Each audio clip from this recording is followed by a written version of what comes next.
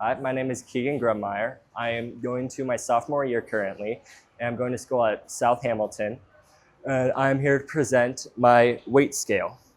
So I have built a animal weight scale to weigh our cattle down. And I originally started on this by wanting to create a feeder for my bottle lamb.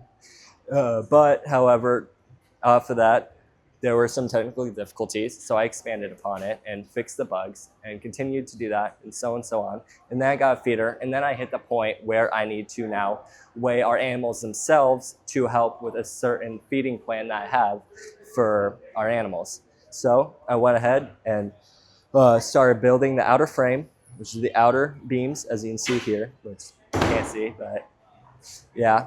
We have the two outer beams, and then we have the inner beams, which hold the load cells. And then on top of that is the grate upon which the animal will stand. Now the grate will be the only visible part of the entire project, as the beams on the outside will be below ground. And how the actual weighing scale part of it works is it has 4 load cells, 1 in each corner. And how those work is those then all connect to an Arduino that is currently over here with a screen, which will show you the weight of the animal. But along with that, we'll then pass it on to an app that I created for iPhone, in which then you can then look at it and make adjustments and do whatever you want with that information, including set how much you want to feed your animal. So here is the start of the project, where I started on the inner beams, where here's me welding it, and here's me cutting out one of the beams. And then here is then me welding parts of the inner frame. And then here is me painting and setting up together all of the inner frame. And then here is the final scale without the grates placed on top. And now when we get to the software/app part of it, we start originally on a screen showing you all of your animal feeders. Yeah, I'm adjusting here. And off of that, you can also view the feeder data and adjust or do anything you want off of that. Then next, you have the main controller screen to do everything. So you can originally set a scheduled feeding time for it to automatically feed your animals, or if you want, you can do it yourself and set it to an amount to feed at that moment. And here you can view the feeder data, so you can mess with anything you want. Then the animal data, where you can then look at all of that, adjust what you need to, and set your feeding plan according to that. And then the feed log shows you all of the automatic scheduled feedings that have happened in the past. All right. The next part for the manual feed, how it works is you have a slider, and then you can set the amount that you want to, at that moment, feed your animal. And then once you get over to the automatic part, you can then set the time, and it will follow up with the same screen as you can see here, and it will go off of it for you using a certain algorithm that the scale is then a part of, where it will originally start with a certain amount to predict how much your cattle is going to gain off of a certain amount of feed. And then you can weigh your animal at any point in time, and the algorithm will take that and it'll adjust how much it needs to be fed per how much it's gaining. And it'll keep adjusting itself and improving upon itself until it is nearly perfect. And then here you can see we have the feed log, which will show you all of the times it's already been fed. And then here we have the animal data, where most of it you can set yourself. This is a photo of my work area for while I was really getting into the project. And here's a photo I took on one of my late nights working on it. Here, I'll get the door for both. And yeah, and then as we go on here is all of the programming.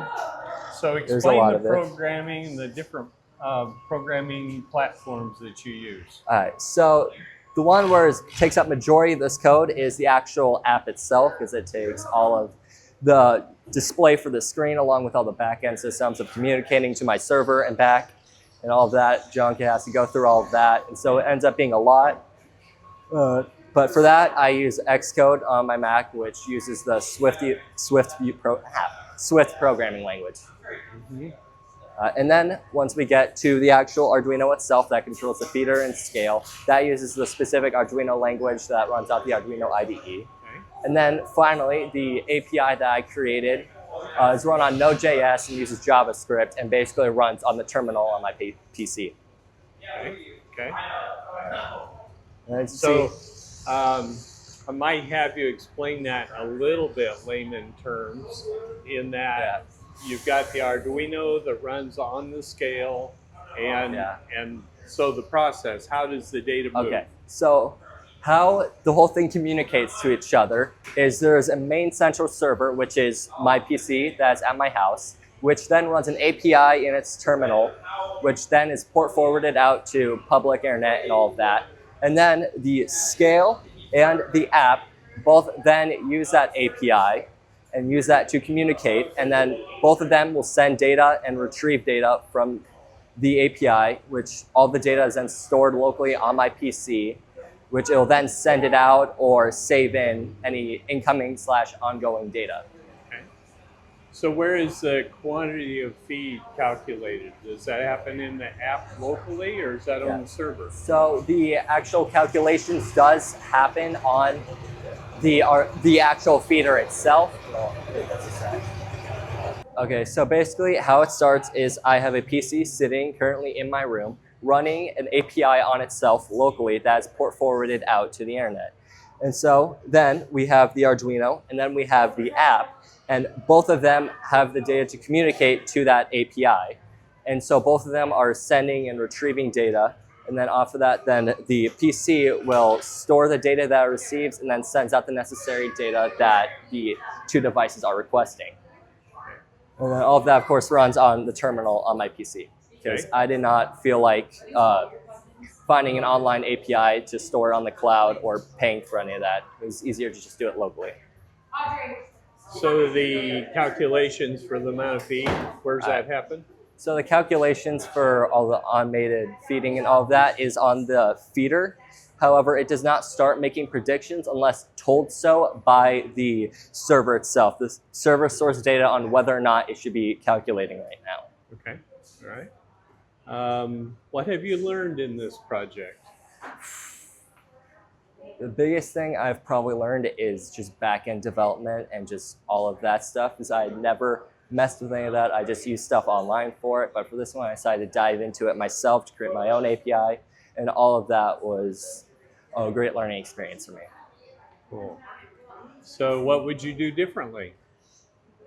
What I would do differently was I wasted a lot of time trying to have the API run on the Arduino again. Or I want the API to run on the Arduino instead, because there's a way to do that. However, I found out that was much more complicated, and after about like 2 or 3 weeks and lots of hours wasted on that, I eventually gave up and switched over to my PC. So if I had to do it again, I'd probably jump right onto the PC and not worry about all that wasted time trying to create it on the Arduino.